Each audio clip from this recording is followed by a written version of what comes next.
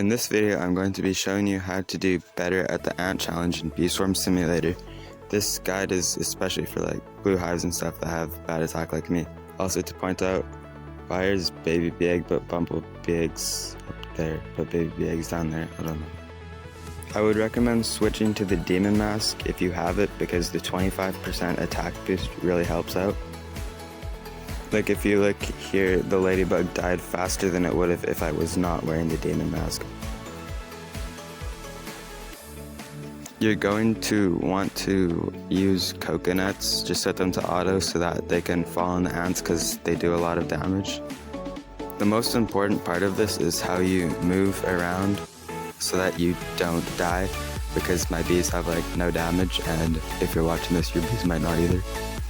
And what you want to be always doing is always jumping, because when you're jumping, you're not on the ground, and when you're on the ground, the ants can hit you, but when you're in the air, the ants won't be hitting you, so the more time you spend in the air, the less time you'll be spending taking damage. Also try to avoid landing in the fire, because if you land in the fire, then you take damage from the fire. Another thing you want to do is, while jumping, is because there's 3 lanes in the ant field where the lawnmowers come through, and what you want to be doing is switching through all 3 in like the pattern that I'm doing, because, or you could do it reverse I guess too, but the reason you want to be doing that is because you have a lower chance of the lawnmower hitting you if you spend equal time in each area. So if the lawnmowers comes out, there's a 1 in 3 chance of hitting you every time, and it's kind of hard to see where the lawnmower is coming from, so that's really helpful.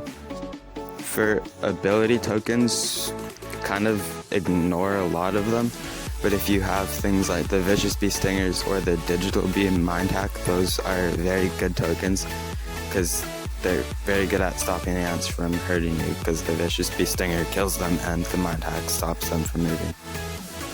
It can also be good to collect Digital Bees tokens in the field, but it's also kind of hard to do that while avoiding ants, because you have to stand still for a few seconds, so that can be difficult. But sometimes if it's like the Vicious Bees ability, it's worth it.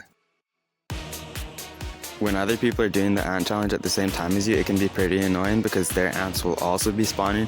So if you're the better player, then you'll probably have to damage their ants as well, but if you're the worst player, it can be good for you because they'll be damaging your ants and giving you score, like this guy. But at least this guy said thanks afterwards. And that concludes my guide for how to do better at the ant challenge. If you have any questions, just ask in the comments and I'll answer them.